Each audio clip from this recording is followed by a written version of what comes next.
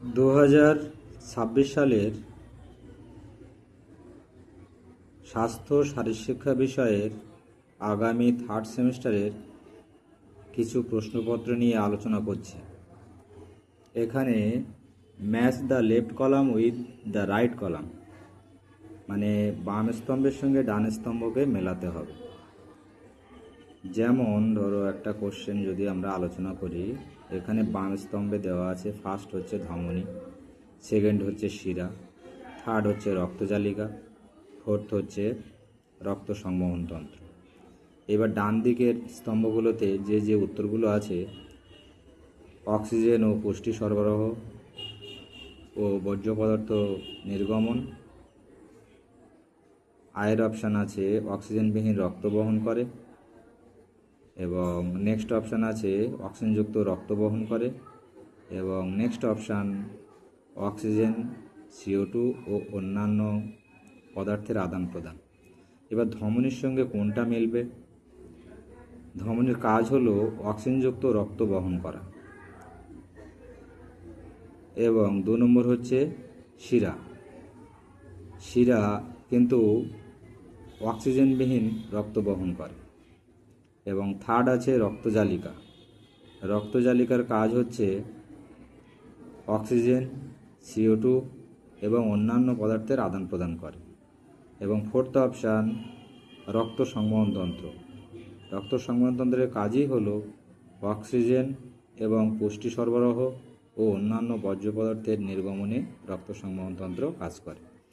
এবার যদি সঠিক উত্তরটি আমরা দেখি, এখানে দেখব যে কিভাবে মিল করা আছে, একটু দেখে নিলে বুঝতে পারবে। একের সঙ্গে হ্রস্বই মিলবে, 2-এর সঙ্গে আ মিলবে, 3-এর সঙ্গে দীর্ঘই মিলবে এবং 4-এর সঙ্গে ওয়া মিলবে। এভাবে কিন্তু উত্তরগুলো থাকবে এবং সঠিক উত্তর এভাবেই নির্বাচন করতে হবে। নেক্সট প্রশ্ন, রক্তের উপাদান ও তার কাজ। বাম স্তম্ভে আছে লোহিত রক্তকণিকা, শ্বেত রক্তকণিকা, প্লেটলেট ও প্লাজমা। ডান স্তম্ভে আছে রোগ প্রতিরোধ, রক্ত জমাট বাঁধানো, অক্সিজেন পরিবহন, রক্ত তরল রাখা, শারীরিক কার্যক্রমে সাহায্য করা। প্রথম অপশানে লোহিত রক্তকণিকা, তার কাজ হচ্ছে কি, এখানে উত্তরে যেটা দেওয়া আছে তার মধ্যে যেটা সঠিক হবে অক্সিজেন পরিবহন। শ্বেত রক্তকণিকার কাজ হচ্ছে রোগ প্রতিরোধ। এরপরে 3 নম্বর প্লেটলেটের কাজ হচ্ছে কি রক্ত জমাট বাঁধানো। এবং 4 নম্বর হচ্ছে কি প্লাজমার কাজ হচ্ছে কি রক্ত তরল রাখা। প্লাজমা মানে হচ্ছে রক্ত রস, এর কাজই হচ্ছে কি রক্ত তরল রাখা এবং শারীরিক কার্যক্রমে সাহায্য করা। সুতরাং এখানে যে সঠিক সমবায়টি নির্বাচন করো উত্তরের অপশানে, এখানে দেখো ভয়ের দাগটাই ঠিক। 1-এর সঙ্গে ই মিলছে, 2-এর সঙ্গে ওয়া মিলছে, 3-এর সঙ্গে আ মিলছে, 4-এর সঙ্গে দীর্ঘই মিলছে। এভাবে কিন্তু উত্তরটা তাহলে ঘ অপশানটাই ঠিক। এইবার আমরা যদি দেখি বিবৃতি, একটি প্রশ্নে বিবৃতি দেওয়া আছে এবং তার কারণও দেওয়া আছে। মানে একটি হলো স্টেটমেন্ট বিবৃতি এবং তার কারণ রিজনিং কি আছে।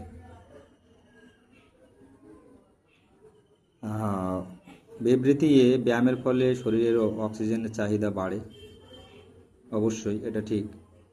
কারণ কি, যে ব্যায়াম করলে কেবলমাত্র হৃদস্পন্দনের হার বাড়ে এবং শরীরের চাহিদা অনুযায়ী সংবহনতন্ত্র কাজ করে। এইবার এখানে কিন্তু উত্তরের মধ্যে একটু জটিলতা রয়েছে। এখানে কয়ের অপশানে আছে এ এবং আর উভয়ই সঠিক, এবং আর হলো এর সঠিক কারণ। আচ্ছা, নেক্সট অপশান এ এবং আর উভয়ই সঠিক, কিন্তু আর একে সঠিক, আর এর সঠিক কারণ নয়। নেক্সট অপশান আছে এ সঠিক কিন্তু আর ভুল। ঘয়ের অপশান আছে এ ভুল কিন্তু আর সঠিক। এরকম কিন্তু এখানে একটু বোঝার ক্ষেত্রে সমস্যা থাকতে পারে। সুতরাং এখানে যদি আমরা ব্যাখ্যাটা আলোচনা করি, সঠিক, হ্যাঁ ব্যায়ামের ফলে অক্সিজেনের চাহিদা বাড়ে, সঠিক। শরীরের অক্সিজেনের চাহিদা বৃদ্ধি পায়, তবে আর ভুল। কারণ কি, ব্যায়ামের ফলে শুধুমাত্র হৃদস্পন্দনের হার কিন্তু বাড়ে না, এতে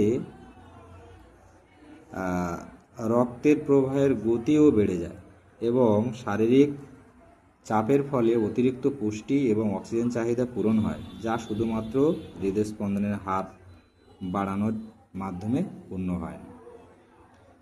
ব্যায়াম করলে কেবলমাত্র হৃদস্পন্দনের হার বাড়ে, এটা কিন্তু ভুল।